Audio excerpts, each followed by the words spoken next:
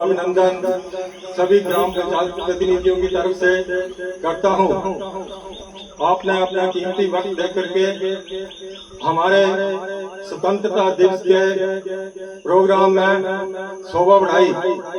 मेरे प्यारे गांव वासियों, स्वतंत्रता का दिवस भारतवर्ष में मैं यह कहूं कि स्वर्ण अक्षरों में अगर कोई दिवस लिखा गया है तो स्वतंत्रता दिवस है।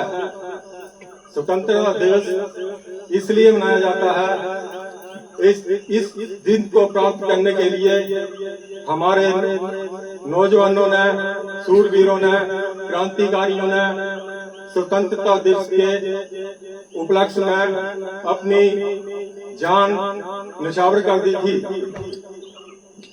हमारी माँ भारती बेड़ियों में जकड़ी हुई थी, उसको आजाद करने के लिए सूरवीरों ने, क्रांतिकारियों ने, मनचलों ने अपनी जवानी की आहुति स्वतंत्रता दिवस के उपलक्ष्य में कर दी थी।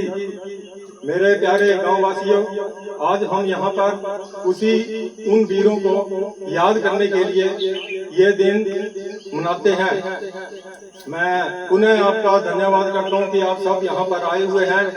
और मैं प्रोग्राम को जारी रखते हुए मैं एक्स में रहे प्रधान पीसी मिश्रा जी से गुजारिश करूंगा कि अपने दो शब्द क्रांतिकारी वीरों के पक्ष में रखें कि किस प्रकार हमें जो आजादी प्राप्त हुई है। आदरणीय एक्स प्रधान पीसी मिश्रा जी।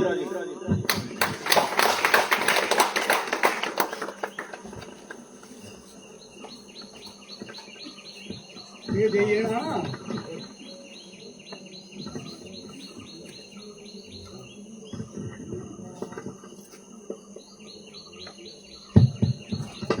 आज ग्राम पंचायत चौड़ा के लिए एक बहुत ही सौभाग्यशाली दिन है कि हम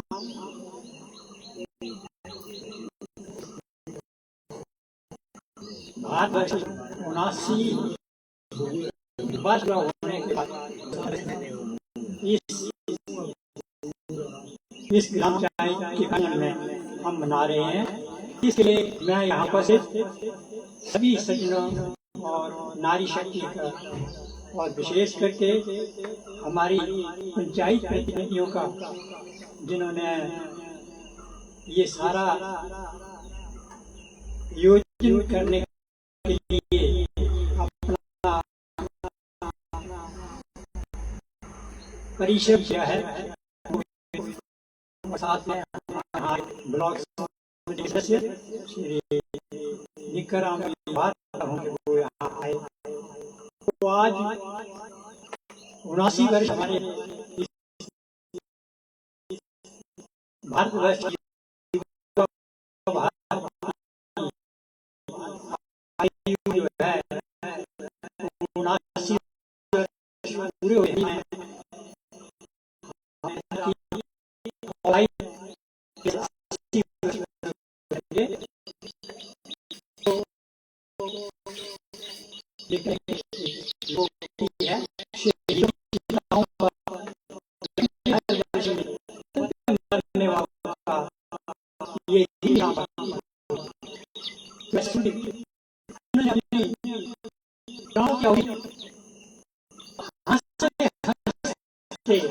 देश कुर्बान कर दी। शायद भगत सिंह की आपने वो कहानी सुनी होगी। जब उनको फांसी लगाने लगे थे तो उस वक्त उन्होंने अपनी इच्छा एक ही प्रकट की थी कि मैं सिर्फ 3 बार ये अपना भारत का वंदे मातरम का नारा लगाऊंगा। तो उन्होंने यही लगाया था, वंदे मातरम, वंदे वंदे वंदे। और उसके बाद गले चले गए। इसी के साथ है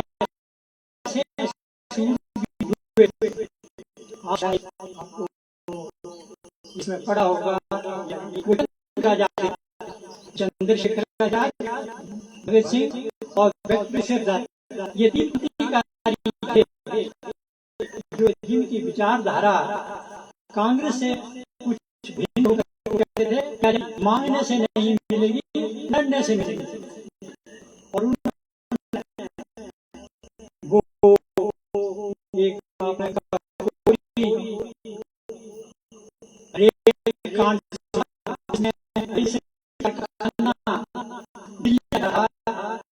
के सफर उन्होंने और उसका भी पैसा जारी किया। अब जिन्होंने उम्र जारी की वो कानपुर में एक बाग में पार्क में बैठे थे और वहां पर अंग्रेजों को ये पता लग गया कि इस आदमी ने ये सारी ये उठा रखा है और उसको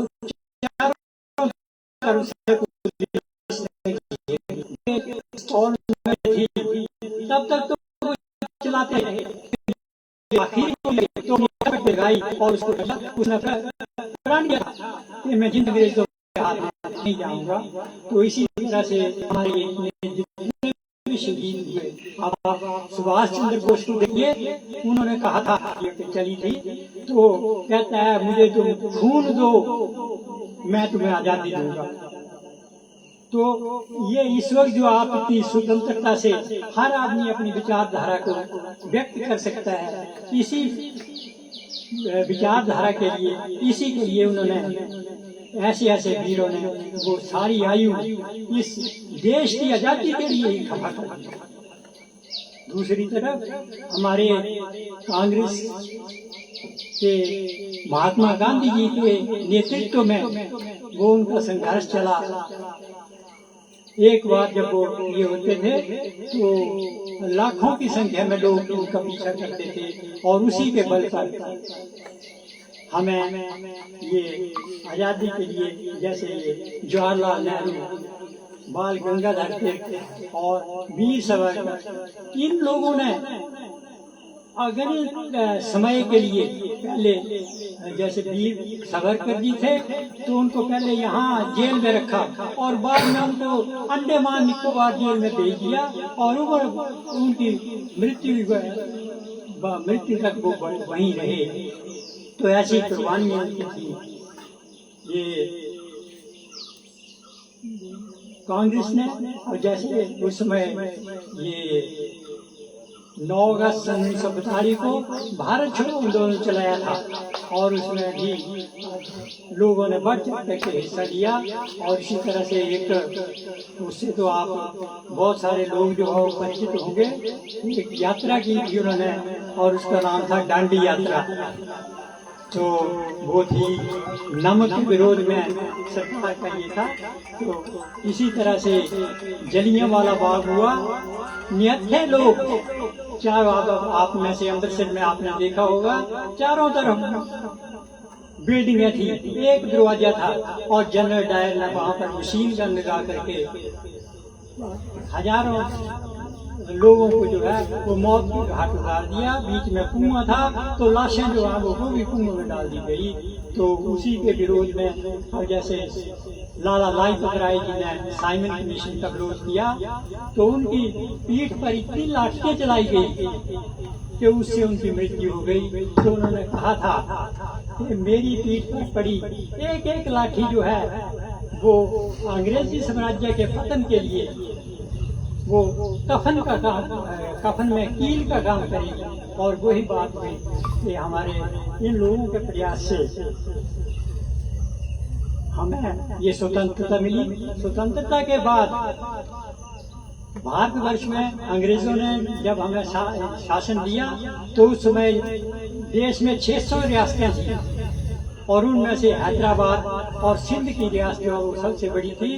तो उस समय वो कह रहे थे कि हम पाकिस्तान में मिलेंगे और हमें पाकिस्तान में मिलाएंगे, क्योंकि रियासतों को ये दिया गया था, ऑप्शन दी गई थी कि आप यदि भारत में रहना चाहते हैं तो भारत में रहिए, पाकिस्तान के साथ मिलना चाहते हैं तो पाकिस्तान के साथ मिलिए।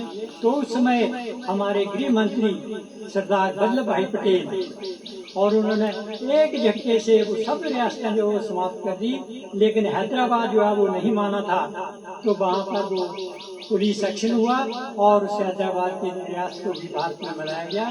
तो इस समय जो अखंड भारत अरुणाचल से लेकर के और राजस्थान तक, अजमेर तक ये फैला हुआ है, ये उस शख्स की बदौलत है जिसने सख्त कदम लेकर के सारे भारत को इकट्ठा किया। ये कहते सरदार भगत सिंह जी ये कहते थे, सरफरोशी की तमन्ना अब हमारे दिल में है, बट देखना है जोर कितना बाजुए कातल में है।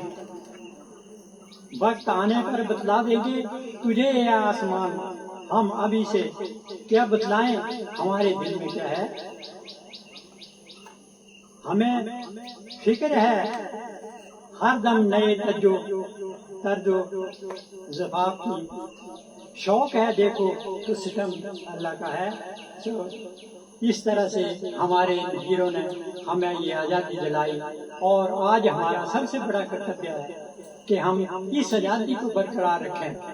और आज के युग में मैंने तो अपना अनुभव किया हुआ है कि सबसे ज्यादा जो हमें खोखला कर रहा है वो है हमारे दिल में बेईमानी। आज पुल बनता है और 15 दिन के अंदर वो पुल जो है वो गिर जाता है। इसी तरह से वो तो पुल की बात है, हमारा यहाँ रास्ता बनता है और वो भी 6 महीने के अंदर जो है वो खत्म हो जाता है। तो अगर हम आज इस पवित्र पावन दिवस पर एक शपथ लें कि आज के बाद हम कहीं भी बेईमानी जो वो नहीं करेंगे, तो इसके अगर हम ईमानदारी से काम करेंगे तो आपका विकास भी होगा, हर चीज भी होगी।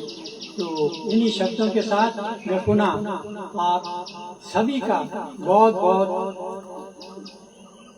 धन्यवाद करता हूँ और इसके साथ सभी को मुबारकबाद देता हूँ कि ऐसे पावन दिवस जो हैं वो यहाँ मनाए जाएं और हम लोग जो है वो उसमें शामिल हो सकें। जय हिंद, जय भारत।